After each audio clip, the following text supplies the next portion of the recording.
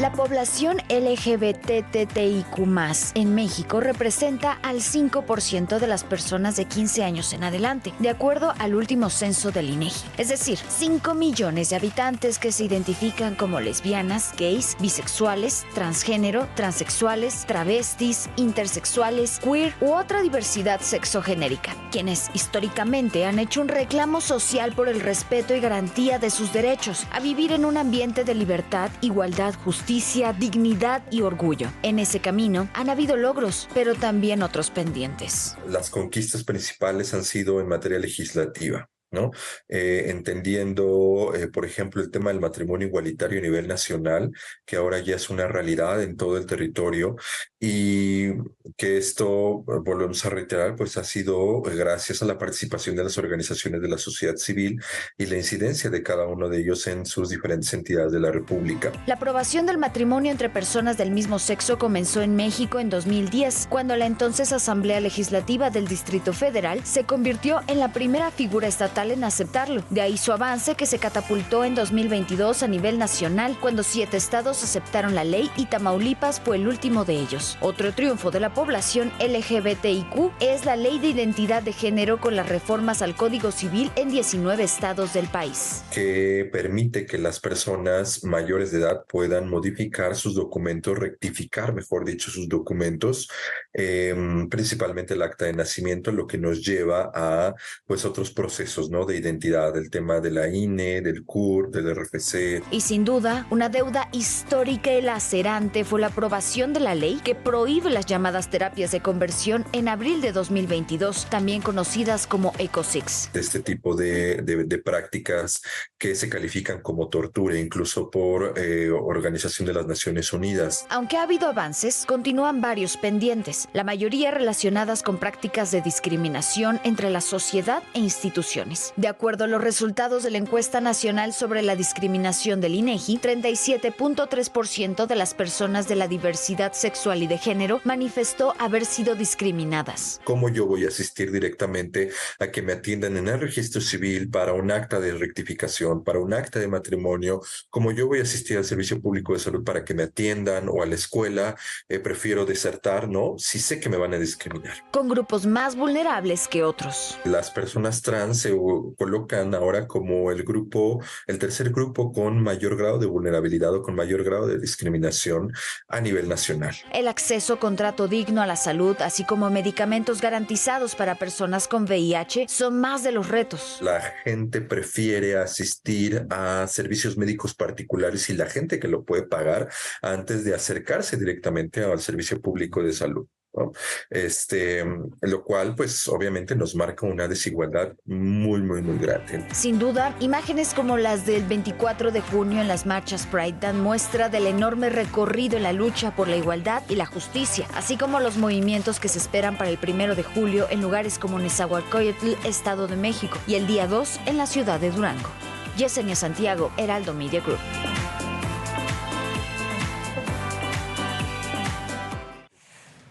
Bueno, pues la verdad es que estamos felices y muy orgullosos de tenerlos aquí, la verdad, porque estamos aquí para platicar sobre este tema. Está con nosotros el arquitecto Carlos Hernández. ¿Cómo estás, Carlos? Bienvenido. Bien, gracias. Gracias por estar aquí. También está con nosotros Andrea Gutiérrez, representante de la comunidad también. ¿Cómo estás? Muy bien, gracias por esto. Está con nosotros Shaneri, ¿así se dice? Shaneri Damián. Shaneri. ¿Cómo estás, Shaneri? Feliz de estar aquí con ustedes. Amo lo que traes puesto. Amo. Enrique Alcaraz, abogado. ¿Cómo estás, Enrique? ¿Abogado, sí? Sociólogo. Sociólogo.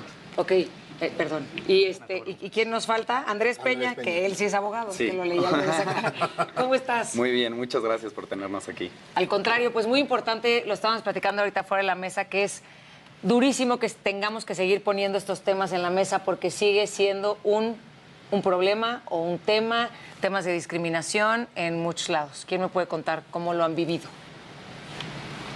Pues bueno, voy a comenzar. Buenos días. Gracias, Creo que estando yo, por ejemplo, en una comunidad indígena es como muy diferente como los procesos, ¿sabes? Entonces, estando en ciudad y en una comunidad indígena, obviamente esos procesos son muy distintos, pero al migrar yo a la Ciudad de México, pues te encuentras con muchos más conflictos que son muy diferentes, ¿no? En primera por tu tono de piel, y ahora por esta cuestión, yo que estoy transicionando en estos momentos, pues también es como muy fuerte. porque el hablar sobre una transición en pueblos originarios, pues no son temas que se ponen sobre la mesa. Entonces, al estar acá y poder como empezar a sacar estos temas para mi comunidad y para mis hermanas de estos lados, pues creo que es muy importante. Entonces, no solamente nos discriminan dentro de la comunidad, sino también en la ciudad estando migrando. Entonces, creo que ya se han abierto estos temas para hablar y dialogar, pero creo que falta mucho por trabajar. Dirías entonces de alguna forma que esta idea de salir de tu comunidad, venir a una ciudad donde supuestamente hay más apertura respecto a estos temas, realmente no representa ningún tipo de ventaja o de... Las ventajas están, por ejemplo, yo para acceder a mi tratamiento hormonal, ¿sabes? Entonces esas ventajas las hay. Porque estando en mi comunidad, pues no existe como estas clínicas que nos apoyen, ¿no? O sea, todo es automedicarse, automedicarse. Entonces el yo migrar para acá, pues sí tuve como esta oportunidad, podría llamarlo un privilegio también, pero que creo que estoy trabajando para que estas clínicas también lleguen a comunidades indígenas, porque es muy importante. Y una pregunta, ¿no también hay, porque ahorita hablábamos de dónde empiezan los procesos más complicados, ¿no? Y me decías, Carlos, pues también en nosotros mismos, ¿no? Pero yo creo que eso tiene que ver con la presión social, lo que pasa en la familia, lo que pasa culturalmente, pero también creo que dentro de la misma comunidad todavía sigue habiendo mucha discriminación. Sí, bueno, precisamente lo comentábamos antes de iniciar, que un tema muy importante también es reconocer que el salir del closet no es garantía de que ya te reconoces como una persona que tiene una identidad definida. Creo que sí es un proceso en el que tú mismo vas construyendo tu identidad efectivamente con toda esta carga que tienes de la heteronormatividad que está presente, el machismo que siempre está aquí, pues no solamente en México, sino a nivel mundial, pero con más carga acá. Y sí tiene que ver mucho con la aceptación, todo un proceso que lleva personal de aceptación y que pues dentro de la comunidad de pronto hay como esta disyuntiva de qué es lo que nos representa o qué es lo que nos une como comunidad. De pronto, quizás con la marcha que recién ocurrió en la edición número 45, muchos dirán, es que no me representa o no asisto porque no es algo que represente lo que yo pienso, ¿no? Sin embargo, pues lo hemos visto no solamente en temas de derechos, sino la movilización organizada y que se mantiene en el tiempo es un mecanismo a través del cual podemos exigir que se cumplan nuestros derechos. O sea, visibilizarlo, Andrea, por ejemplo, hablar de estos temas y empezarlo a meter porque yo creo que hemos avanzado en cosas, por lo menos hoy lo empezamos a hablar, lo hablamos en los medios, podemos empezar a ver a los niños que los niños nunca tienen un prejuicio, siempre viene de las familias, ¿no? Incluso a veces pareciera que las marcas están más adelantadas respecto, no sé, pensando ahorita en la marcha, ¿no? Respecto a las posibilidades que les representa comercialmente el formar parte de esta conmemoración que la misma sociedad, ¿no? O sea, de repente las marcas se nos adelantan. Y la sociedad sigue atrás, ¿no? Claro, y yo creo que es importante visibilizarlo, pero también hay que hablar, la violencia está en todas partes, ¿no? Pareciera que la seguridad es un privilegio al que todavía no tenemos acceso por completo en la casa, en la calle, en el trabajo. Y como mujer, yo siempre he dicho, es más difícil ser una mujer lesbiana que un hombre gay, porque son violencias distintas, son discriminaciones distintas. Y en la propia marcha se vio, ¿no? O sea, es un tema que, una marcha que también gestaron las mujeres y que ahora, ¿dónde están las mujeres en esa marcha? Porque hay una marcha antes de lesbianas y ¿qué pasó con la agenda? Al final, o sea, las notas en el periódico, es necesario visibilizar. Pero ¿qué decían? ¿Qué pasó con los automotores? Yo diría, ¿dónde estamos las mujeres? Eso es algo pues, que hay que mirar. ¿Y por qué es más difícil? ¿Cómo es esta violencia que vive una mujer lesbiana en la sociedad? Pues los espacios de toma de decisiones no estamos. Las violencias que viven las mujeres, ahora que vive una mujer lesbiana, se lesbiana que una mujer está dado cuidar de la casa, tener una familia. Entonces, el que yo, por ejemplo, diga, soy una mujer lesbiana, amo a otra mujer, pues yo rompí con estereotipos de toda mi familia, del lugar donde crecí, migré a esta ciudad, pues para sentirme más libre, con un sueño. Y aún así te vas enfrentando a cosas totalmente adversas, como lo decía aquí la compañera. Hablar de esto es como hablar de una carrera de obstáculos, ¿no? Hablar de empezar con uno mismo, de repente ya pasas a la familia, de repente a la sociedad. Es como si cada vez que abres una puerta te topas con Otra puerta, ¿no, pared, Andrés? ¿no? Y tienes que encontrar la salida. ¿Existe algún momento en el que genuinamente se sientan libres, seguros, seguras? Primero quiero comentar sobre lo que hemos venido ya construyendo, ¿no? O sea, creo que la lucha por los derechos de la comunidad, tenemos que distinguir que la comunidad es tan diversa que estamos agrupados, pero no por eso todas las personas que la conformamos somos distintas. Entonces, la forma de enfocarnos a los problemas que enfrentamos las personas que conformamos la comunidad tiene que ser distinta. En ese sentido, yo creo que la lucha por enfrentar la discriminación es una mesa de tres patas. Una mesa de tres patas que se conforma, uno, por la sociedad, que ya lo anticipábamos, dos, las instituciones, el Estado, y tres, la iniciativa privada, ¿no? Y entonces ya lo fuimos construyendo un poco. Desde la sociedad nos enfrentamos a un primer reto con nuestras familias, con nuestros grupos cercanos, con las personas con las que convivimos. Después nos enfrentamos a un segundo obstáculo al tratar de acceder a trabajos dignos, ¿no? Y entonces, de pronto sí, tenemos muchas marcas que están adelantadas en este sentido, pero ¿qué tanto de eso es oportunismo, Sí, rainbow washing, y qué tanto es una convicción verdadera? Y tercero, nos enfrentamos a que el Estado no nos está cuidando, no se están generando políticas públicas, la gente dice, ya, matrimonio igualitario, se acabó la lucha. Claro. Por supuesto que no. Es apenas una pequeñísima arista de esta lucha tan grande que es la diversidad, ¿no? Entonces yo creo que ¿en qué punto nos vamos a sentir seguras, seguros, segures? Pues cuando estas tres patas de la mesa estén bien afianzadas. Tú, Enrique, ¿qué piensas? Cuéntanos un poco también. Totalmente. Me parece que justo los avances jurídicos, por ejemplo, han marcado ya una brecha, por lo menos en la Ciudad de México, pero que sí se ha expandido un poco a las otras entidades federativas, en reconocimientos que han sido pues estandarte de la lucha LGBT, pero que sin duda no alcanzan a cobijar a toda la población, ¿no?, de la diversidad sexual. El matrimonio igualitario parece beneficiar solo a parejas homosexuales y a lo mejor a algunas lesbianas también, pero no es el interés de, por ejemplo, mujeres trans, de personas no binarias. Y lo que decías ahorita, ¿no, Chaneri? O sea, en estas comunidades donde además una persona trans es mucho más complicado que se llegue a estos derechos, ¿no? Efectivamente. Entonces, falta ahí mucho por hacer, es decir, actualizar la agenda, que es un poco, se va dando también con la participación y el reconocimiento de las otras, de los otros acrónimos del LGBT, y dejando un poco también, quizá no de lado, pero sí un poco quitando el foco a los homosexuales o a los gays, ¿no? Y dando un poco más de visibilidad a las otras identidades y a las otras orientaciones.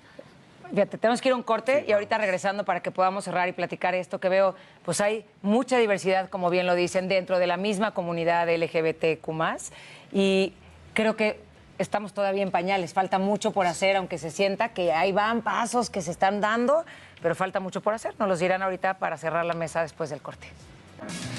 Bueno, estamos aquí en la mesa, ¿no? Estamos de vuelta. Estamos de vuelta, ya son las 9:30 de la mañana, estamos en la mesa porque hoy justamente pues se conmemora, ¿no?, el Día del Orgullo Gay. Ya platicábamos hace rato con el full track que vimos hace rato, esta pieza que nos prepararon, en donde nos explican el por qué justo el día de hoy. Y también yo creo que está padre de repente explicar qué es LGBTQ+, ¿no? Porque pues a lo mejor damos por hecho que todo el mundo tenga que saberlo y estaría bueno que todos comprendamos qué significa, además habla de lo que se ha estado comentando aquí sobre la mesa, ¿no? O sea, se conmemora el orgullo LGBTQ+, pero de repente se cree que todo es un tótem, que todos pertenecen a una misma identidad, que todos tienen una misma preferencia. Y ahí me gustaría empezar por eso, la diferencia entre la preferencia y la identidad, porque ahorita hablábamos de cómo te identificas, ¿no? Incluso legalmente, pero... Y el tema de las preferencias, ¿no? Que las preferencias dicen como, no, lo que tú quieras en tu casa esté en lo privado, pero la identidad es algo público y es importante que se reconozcan las identidades, claro, ¿no? ¿Por qué es importante? Bueno, si quieren, yo tengo una forma muy linda de explicarlo cuando me lo preguntan, ¿no? Cuando hablamos de orientación sexual, que utilizamos más el término orientación que preferencia, nos referimos a lo que aman las personas. Está aquí, en tu corazón. Cuando hablamos de identidad de género, hablamos de lo que está aquí, de lo que piensa y de lo que la concepción de sí misma que tiene la persona. La expresión de género se refiere a lo que expresa la persona, lo que se ve, y la sexualidad se refiere a los genitales que tienen cada persona y que se les asignaron al momento de nacer, ¿no? Entonces, una combinación de todo esto es lo que conforma el gran acrónimo que es LGBTIQ+, ¿no? Entonces, que por eso... sería lesbianas, gays, bisexuales, trans, transvestis, intersexuales, Q es queer que y más, ¿no? ajá, Lo que más quepa en toda esta combinación. Quiero aquí, por ejemplo, hacer un paréntesis, perdón por interrumpirte, pero también pienso que es muy pertinente como también ver estas identidades que han estado presentes, por ejemplo, la mucheidad, ¿no? Entonces, yo pensaría y agregaría, y dentro de mi discurso está como un antes de, ¿saben? En vez de un más, también hay un menos. Entonces, el menos es hablar sobre todas estas identidades como la mucheidad, como otras identidades que están, pues sí, pobladas en otras partes del mundo. Entonces, creo que también es importante cuestionar esa parte, ¿no? O sea, yo lo hago desde mi discurso, pero creo que también es importante como mencionarlo. Por supuesto. Y Andrea, me encantaría que pudiéramos cerrar cada quien con algo que quisiéramos decir y también informar. Ahorita lo decías, lo que pasa también con los derechos, que de repente pensamos que vamos avanzando y hay países como Italia, Estados Unidos, que ya decidieron quitar esas leyes a favor de la comunidad. Sí, a veces parecía que la lucha de muchos años, de repente puede llegar un gobierno, un nuevo orden en cualquier país y modificar todo, o sea, todo ese trabajo que tantas personas fueron silenciadas, que ahora es visibilizado y por los que ahora podemos salir a la calle y decir abiertamente soy lesbiana, soy gay, soy una persona trans, pues pareciera que cualquier gobierno, cualquier persona puede venir y tumbarlo, como en Italia, que ahora se está desconociendo por un decreto a las maternidades y paternidades homoparentales. Y que también ahí me gustaría, pues, en relación a la marcha, que mucho se ha dicho de esto, pues en México tenemos pendiente legislar sobre el matrimonio igualitario a nivel federal, está pendiente que los legisladores también dictaminen las terapias de conversión, pues prohibir las mal llamadas terapias de conversión, y que sobre todo haya políticas integrales que garanticen que todos los espacios sean seguros. La casa, que generalmente somos violentados desde la casa, las violencias están en todas partes y no nos sentimos seguros, seguras a salir a la calle ni a ir al trabajo. Hay violencias que no se dicen, pero están presentes todos los días. Muchas gracias, Andrea, por estar con nosotros. Shaneri, ¿cómo cerrarías? ¿Qué te gustaría decirle a la gente y lo que falta? Pues yo creo que sería como cuestionarnos esta gran Pride que hablamos, ¿no? Siempre pienso que es un Pride muy blanco en donde las identidades racializadas siempre estamos agregadas. Entonces, empezar a luchar de la mano y no solamente solamente un sector. Muchísimas gracias, Chanel. Andrés. Bueno, yo quisiera construir sobre esta idea que hemos trabajado sobre la conquista de derechos. Apenas hemos conquistado muy pocos derechos, pero falta ampliar la agenda para que quepamos todas, todos, todes, y de verdad tengamos un Pride que nos incluya a todas las personas. Carlos. Gracias, pues, Andrés. Yo creo que es muy importante también comenzar desde casa y cada uno de nosotros, no necesariamente pertenecer a la comunidad para exigir nuestros derechos.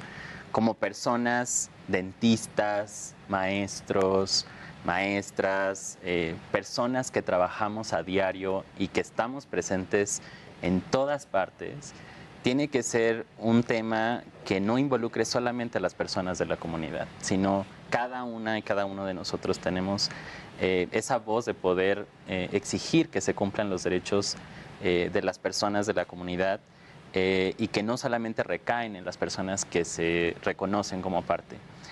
Si bien ha habido un avance en las organizaciones de la sociedad civil, desde 1990 había 10, ahora en la actualidad hay poco más de 50, ha habido un incremento en esa preocupación por el tema, en exigir el cumplimiento de derechos, y creo que la manera en la que podemos avanzar hacia ello es sí tomar conciencia de eso y hacer lo que nos toca a cada una y a cada uno de nosotros.